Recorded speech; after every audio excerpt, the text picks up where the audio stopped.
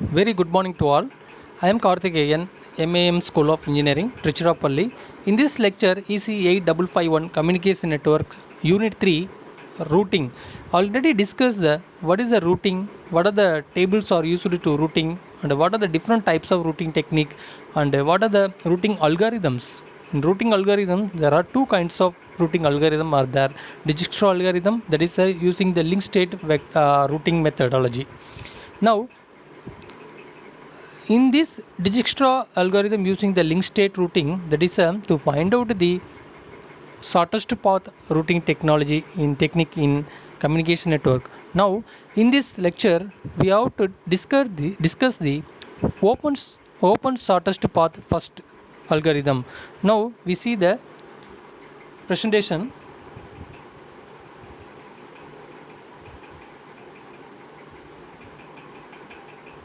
So, this is a open shortest path first OSPF. In this link state routing protocol based on the distributed map concept.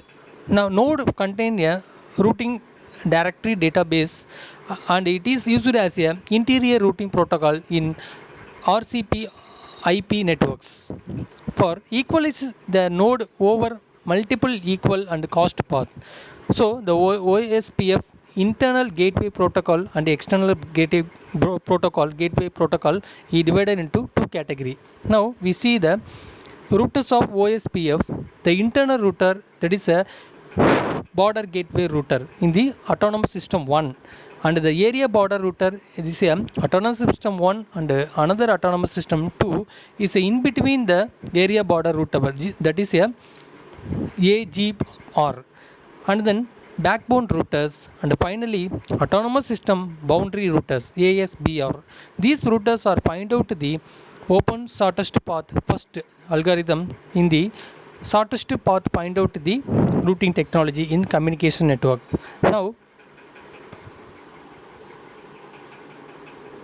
Now we see the open shortest path first common header. This is a common header link file. In this file, the version of the OSPF is computed as a routing technique in the shortest path to find out the algorithm methodology. So, and then the packet length is decided to the data link layer in the data to be delivered to the destination or each subnet nodes, and the router ID is indicated to the all server or subnode to the autonomous system 1 to autonomous system 2, and the area ID is individual is a universal code is a area ID. It autonomous system in the number of areas to connect the server, and the number of node or number of routers used to in this area ID to deliver the free of delivery in the data in the free transmission or free error transmission medium, and the checksum is used to check the identity of the individual area or individual router, and the authentication type is what type of authentication are needed in this autonomous system 1 and autonomous system 2, and then what are the data to be passed to, or what are the IP address, that is a internet protocol address to be passed in the authentication data. So these set of version type packet length routers, so these set of allocation are used to the open sort path first command header to use the find out the shortest path method in the routing technology. Now we see the advantages and disadvantages in open shortest path first algorithm. Advantages: number 1, low traffic overhead, so traffic will be reduced, and fast convergence.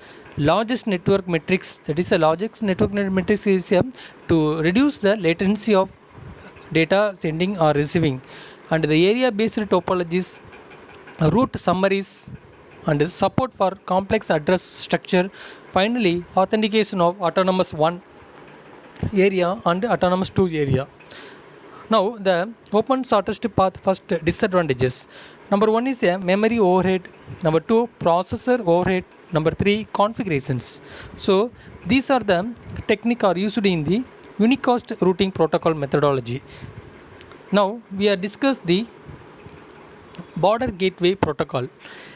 In this protocol enable two different autonomous system. That is, one autonomous system is denoted as a number of area, number of stations, number of network is a internal network areas. So number of internal network areas and the number of another external internet areas is a border gateway protocol used to communicate the procedures. So in this enable two different autonomous system, that is a AS. The border gateway perform the three functional procedures.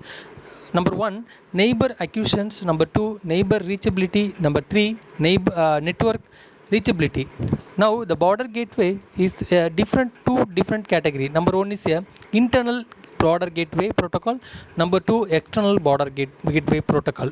Now what are the advantages of border gateway protocol? We see the advantages of border gateway protocol. It is very robust and scalable routing protocol. And second one, it reduce the size of the network routing tables. And the third one, solve the count to infinity problem.